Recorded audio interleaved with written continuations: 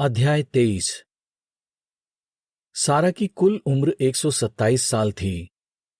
उसकी मौत कनान देश के किरियत अरबा यानी हेब्रोन में हुई और अब्राहम मातम मनाने लगा। वो बहुत रोया। फिर वो अपनी पत्नी की लाश के पास से उठा और उसने हित के बेटों के पास जाकर कहा, मैं तो एक परदेसी हूं, दूसरे देश से यहां रहने आया हूं। क्या तुम मुझे अपनी पत्नी को दफनाने के लिए थोड़ी जगह दोगे? हित के बेटों ने अब्राहम से कहा, देख मालिक, तू परमेश्वर का चुना हुआ प्रधान है। तू चाहे तो हमारी कब्रों में से सबसे बढ़िया कब्र ले सकता है। हम में से कोई तुझे अपनी कब्र देने से मना नहीं करेगा। तू जहां चाहे वहां अपनी पत्नी को दफना ले। उनके ऐसा कहने पर अब्राहम उठकर हित के बेटों के आगे झुका, जो वहां के निवासी थे।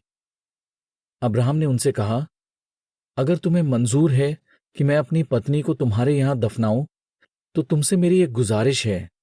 मेरी तरफ से सोहर के बेटे एप्रोन से विनती करो कि वो मुझे अपनी मकपेला की गुफा बेच दे, जो उसकी जमीन के कोने पर है।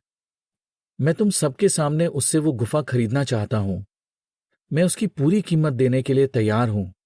जितनी भी चांदी लगेगी मैं दूंगा, ताकि मेरे पास अपनी जमीन हो जिसमें मैं अपनी पत्नी को दफना सकूं। एप्रोन हित के बेटों के बीच बैठा था, इसलिए हित्ती एप्रोन ने उन बेटों के सामने और उन सबके सामने जो शहर के फाटक पर मौजूद थे, अब्राहम से कहा, मालिक, मैं कुछ कहना चाहता हूं। तू मुझसे गुफा ही नहीं, पूरी जमीन ले ले। मैं अपने लोगों के सामने तुझे देता हूं। तू अपनी पत्नी को वहां दफना ले। तब अब्राहम ने वहां के उन निवासियों के आगे सिर झुकाया और सबके सामने एप्रोन से कहा, ठीक है, मैं तुझसे पूरी जमीन ले लूंगा, मगर उसकी कीमत देकर।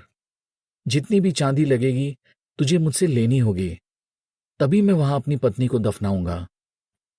तब एप्रोन ने अब्राहम से कहा, वैसे देखा जाए तो मालिक, इस जमीन की कीमत 400 शेकेल चांदी है, मगर पैसे कहां भागे जा रहे हैं?